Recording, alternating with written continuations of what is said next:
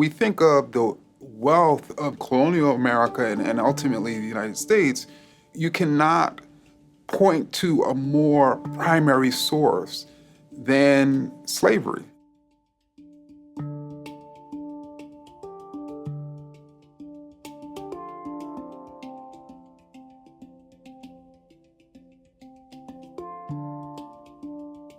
Elizabeth Key was the daughter of Thomas Key, who was a legislator from Virginia, and an unnamed, probably enslaved African woman.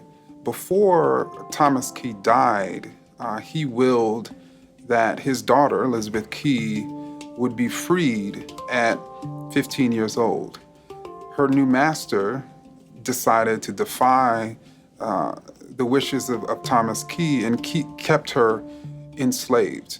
On a plantation, she actually met this white indentured servant who was around her age by the name of William Greenstead, who had some legal training. And the two of them developed a romantic relationship and had a child.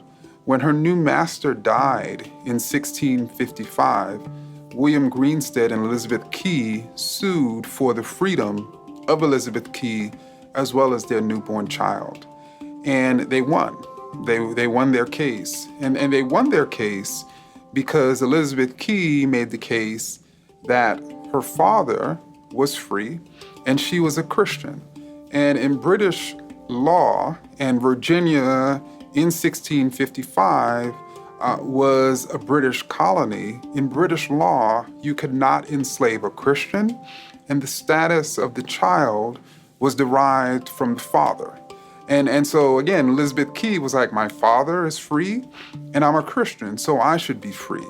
And by 1657, that case had been resolved and she won her freedom. And so other enslaved Africans who were also Christian and their fathers were white, they were the product of a white man and an African woman, also began suing for their freedom. So by the 1660s, Virginia leaders who were slaveholders began to recognize that more and more enslaved Africans were basically winning their freedom. And so they had to change the laws in order to keep these people enslaved. These people who slaveholders had invested a tremendous amount of money in, and the new laws stated that the status of the child derived from the mother, and that Christians, enslaved Christians, could not basically sue for their freedom on the basis of their new Christianity. And so that was able to quash or stop these freedom suits.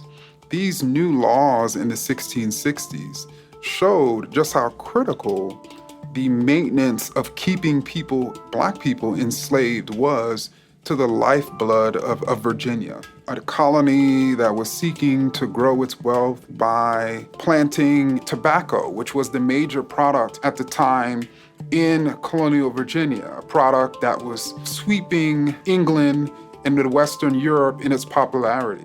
And in order to do so, they needed a pretty steady labor force, and that steady labor force was increasingly enslaved Africans who were permanently enslaved, in contrast to white indentured servants who in a few years could basically become free.